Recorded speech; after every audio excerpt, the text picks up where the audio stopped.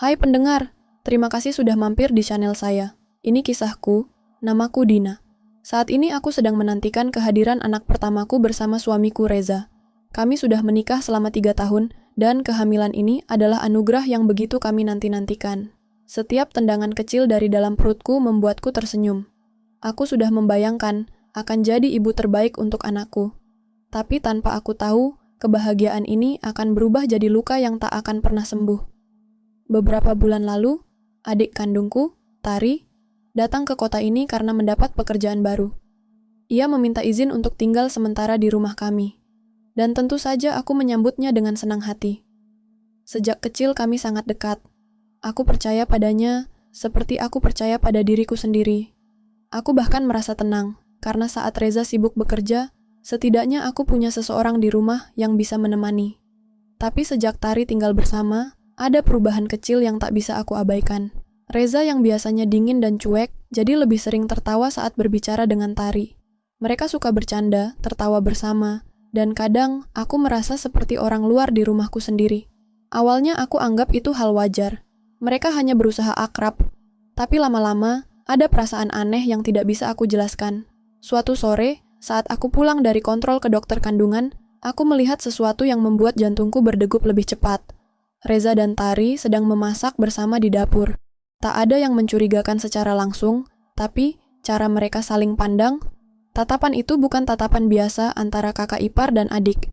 Ada senyum malu-malu dari Tari, dan Reza, entah mengapa, tampak terlalu nyaman. Aku mencoba menenangkan hatiku. Jangan berpikiran buruk, Din. Itu adikmu sendiri, bisikku pada diri sendiri. Tapi kecurigaan itu terus tumbuh. Aku mulai memperhatikan gerak-gerik mereka lebih detail. Saat aku masuk ke ruangan, mereka langsung terdiam. Saat aku bertanya, mereka menjawab terlalu singkat. Dan saat aku bangun malam karena ingin ke kamar mandi, kulihat cahaya ponsel Reza masih menyala, dengan Tari yang duduk di ujung tempat tidur tamu. Puncaknya terjadi ketika aku membersihkan kamar mandi di siang hari. Di tong sampah kecil, aku menemukan sesuatu yang membuat lututku lemas. Tes pack. Dan hasilnya positif. Tangan gemetar, aku memegang benda itu. Tapi bukan karena bahagia. Ini bukan milikku. Aku sudah tahu aku hamil. Lalu siapa? Tubuhku terasa berat, perutku mendadak terasa nyeri. Aku berjalan keluar kamar mandi dan langsung menuju kamar Tari. Aku berdiri di depan pintu yang tertutup rapat. Ingin rasanya langsung membuka dan menanyakan semuanya, tapi aku hanya berdiri di sana. Nafasku sesak, mataku panas, pikiran buruk memenuhi kepalaku, tapi aku menolak percaya. Tidak, adikku tidak mungkin sejahat itu.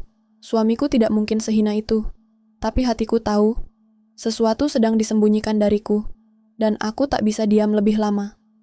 Malam itu, aku duduk di ruang tamu menunggu Reza pulang. Tes pack itu kugenggam erat.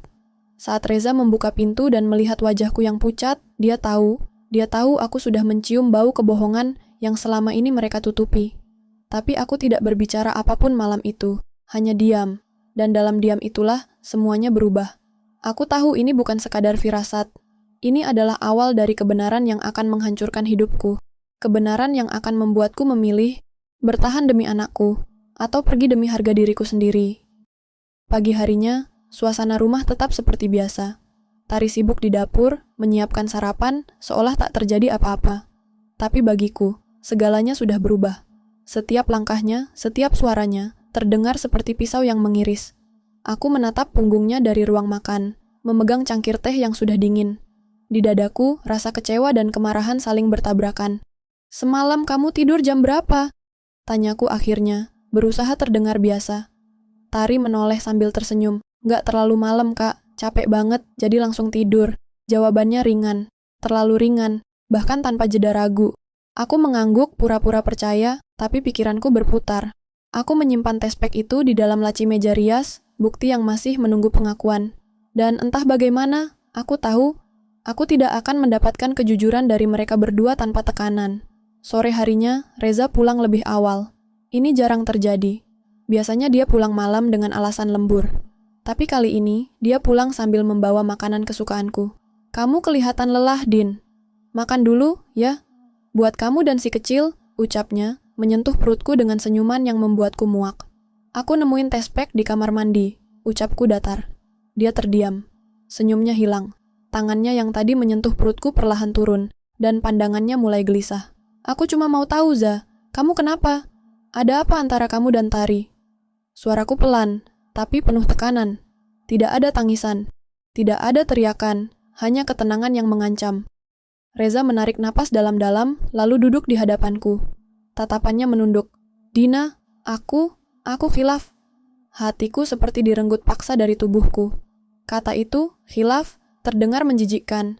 Ringan sekali diucapkan untuk luka sebesar ini.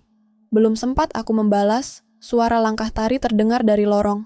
Dia berhenti di ambang pintu, wajahnya pucat, matanya membelalak. Seakan baru tahu, tapi aku tahu dia mendengar semuanya. Kami saling diam. 3 orang di ruang makan itu, dan 1 bayi dalam perutku, terjebak dalam satu tragedi pengkhianatan yang tidak pernah aku bayangkan, terjadi dari orang-orang terdekatku sendiri.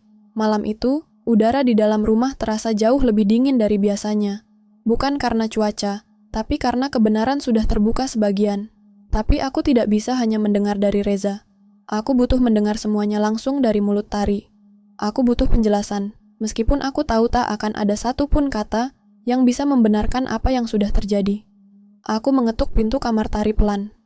Tari, aku mau bicara, ucapku tenang meski dadaku bergemuruh. Pintu dibuka perlahan, dan wajah adikku muncul dengan mata sembab, seolah dia juga telah menangis dalam diam.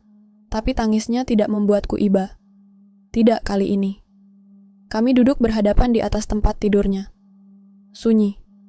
Hanya terdengar detik jam yang bergerak pelan. Aku menatap matanya, dan dia menunduk, tak sanggup membalas tatapan itu. Aku nggak akan marah, kalau kamu jujur, Tar, kataku. Suaraku nyaris berbisik, tapi penuh luka. Tari mulai menangis. Aku nggak tahu harus bilang apa, Kak. Semuanya salah, semuanya berawal dari kebodohanku, dari kelemahan aku. Aku menggeleng, air mata jatuh tanpa bisa aku tahan. Jangan lempar ini ke takdir atau keadaan. Kamu tahu apa yang kamu lakukan. Kamu tahu aku sedang hamil, Tar. Dan kamu masih... Suaraku tercekat. Aku kesepian, Kak. Aku ngerasa nggak ada yang peduli. Reza ada dan dia baik. Aku nggak berniat ngerebut dia. Tapi semuanya terjadi begitu aja. Aku hamil, Kak. Dan aku takut, ujarnya, menggenggam tanganku. Aku menepis tangannya. Takut? Kamu pikir aku nggak takut? Aku membesarkan anak ini sendirian dari sekarang. Karena kamu dan suamiku menghancurkan rumah tangga ini. Suara yang selama ini kutahan akhirnya pecah juga. Dada ini terlalu penuh dengan luka yang dipendam. Aku minta maaf, Kak, bisiknya lagi-lagi. Tapi maaf darinya hanyalah serpihan dari kerusakan yang tak mungkin dipulihkan. Aku berdiri. Aku kehilangan 2 orang dalam satu waktu. Tapi kamu tahu yang paling menyakitkan? Yang paling menghancurkan aku? Bukan karena Reza, tapi karena kamu. Kamu adikku, Tar. Dia terisak, tubuhnya gemetar. Tapi aku tidak bergeming. Aku hanya berjalan keluar kamar dan menutup pintu pelan di belakangku. Tidak ada teriakan. Tidak ada pukulan. Hanya keheningan yang kini lebih menyakitkan dari segala suara. Dan malam itu, aku memeluk perutku dengan air mata yang mengalir tanpa henti. Aku tidak tahu bagaimana aku akan melanjutkan hidup. Tapi aku tahu satu hal. Mulai detik itu, aku harus kuat. Bukan untuk Reza, bukan untuk Tari, tapi untuk anakku. Satu-satunya cahaya di tengah reruntuhan yang mereka tinggalkan. Beberapa hari setelah semuanya terbongkar, aku akhirnya memberanikan diri menelepon ibu. Suaraku bergetar saat aku menceritakan semuanya. Tentang Reza, tentang Tari, dan tentang kehamilan yang tak pernah aku duga berasal dari orang serumah denganku. Di ujung telepon, ibu hanya terdiam. Ibu dan ayah datang ke rumah 2 hari kemudian. Wajah mereka tegang, matanya merah seperti tak tidur semalaman. Tari pun duduk di ruang tamu, kepalanya tertunduk, sementara aku hanya berdiri di pojok ruangan, sambil menggenggam perutku yang semakin membesar. Tak ada yang bicara sampai akhirnya ayah membuka suara. Apa benar kamu hamil? Dari suami kakakmu sendiri, Tari? Suara ayah berat, tapi masih ditahan agar tidak meledak. Tari mengangguk pelan, air matanya langsung jatuh. Maaf ya, maaf Bu, aku benar-benar gak pernah niat nyakitin siapapun. Ibu langsung menutup wajahnya dengan tangan. Tangisnya pecah. Ayah berdiri, memukul meja dengan keras. Reza, keluar kamu, teriaknya. Reza muncul dari kamarnya, wajahnya pucat. Dia tahu hari ini akan datang tapi tetap saja tak siap. Aku nggak punya pembelaan, Pak. Saya khilaf. Saya minta maaf atas semua yang saya lakukan ke Dina dan keluarga ini. katanya sambil menunduk. Tapi permintaan maafnya hanya terdengar seperti debu di tengah badai. Tak ada yang bisa menghapus luka yang sudah terlanjur digores. Ibu berdiri dan memelukku dengan erat. Kamu nggak sendiri, nak. Kamu punya kami. Kami akan ada buat kamu dan anakmu. Kamu nggak usah pikirin Reza atau Tari lagi. Mereka sudah membuat pilihan mereka sendiri. Kalimat itu membuatku menangis keras di pelukannya. Untuk pertama kalinya sejak kejadian ini, aku merasa sedikit lebih tenang. Ada cinta yang masih tersisa di dunia ini untukku. Ayah menatap Reza dengan penuh amarah.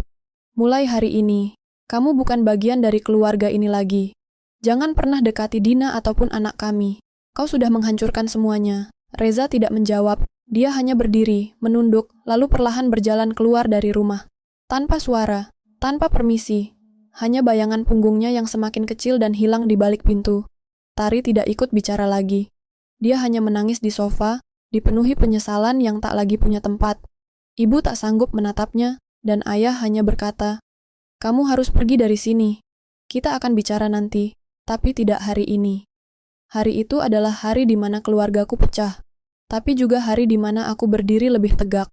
Aku tahu hidupku tidak akan sama lagi, tapi untuk pertama kalinya, aku tahu kemana harus melangkah.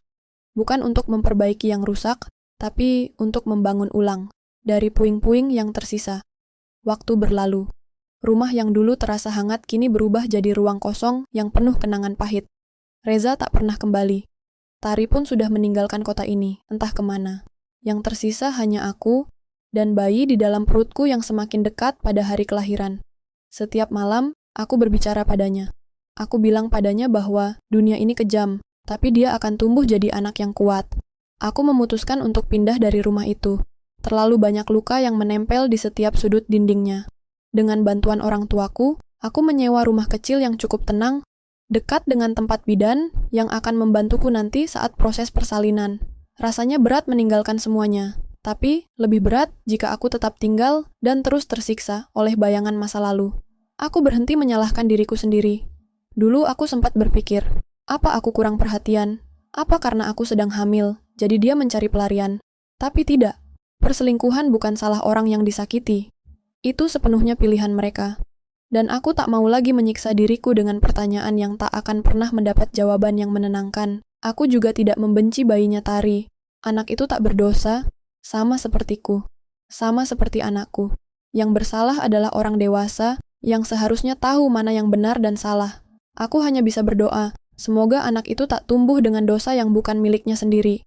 Hari kelahiran itu datang di tengah hujan deras. Ibu menggenggam tanganku erat-erat saat aku berjuang di ruang bersalin. Tangisku bercampur antara rasa sakit, takut, dan harapan. Tapi begitu suara tangisan bayi itu terdengar, seluruh luka itu seperti disapu pelan oleh keajaiban. "Selamat datang, nak," bisikku.